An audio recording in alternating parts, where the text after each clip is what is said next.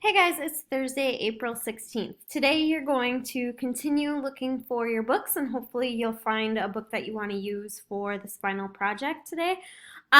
So you can keep looking for books. Just use Google, Goodreads, Barnes& and Noble, Amazon to find books that you might be interested in. I have also put together down here a bunch of free ebooks. The New York City Library is letting a bunch of their ebooks be free to public use. Same with these other ones. There are even some audiobooks if you choose that as an option. So that might be a place you would want to look so that you can pick your book. Remember to fill out your book research form that you started working on yesterday. And then once you have a book, I want to know what books you guys are reading.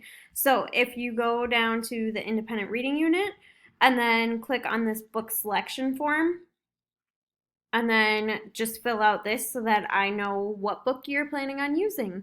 Otherwise, if you have questions, let me know. Have a good day.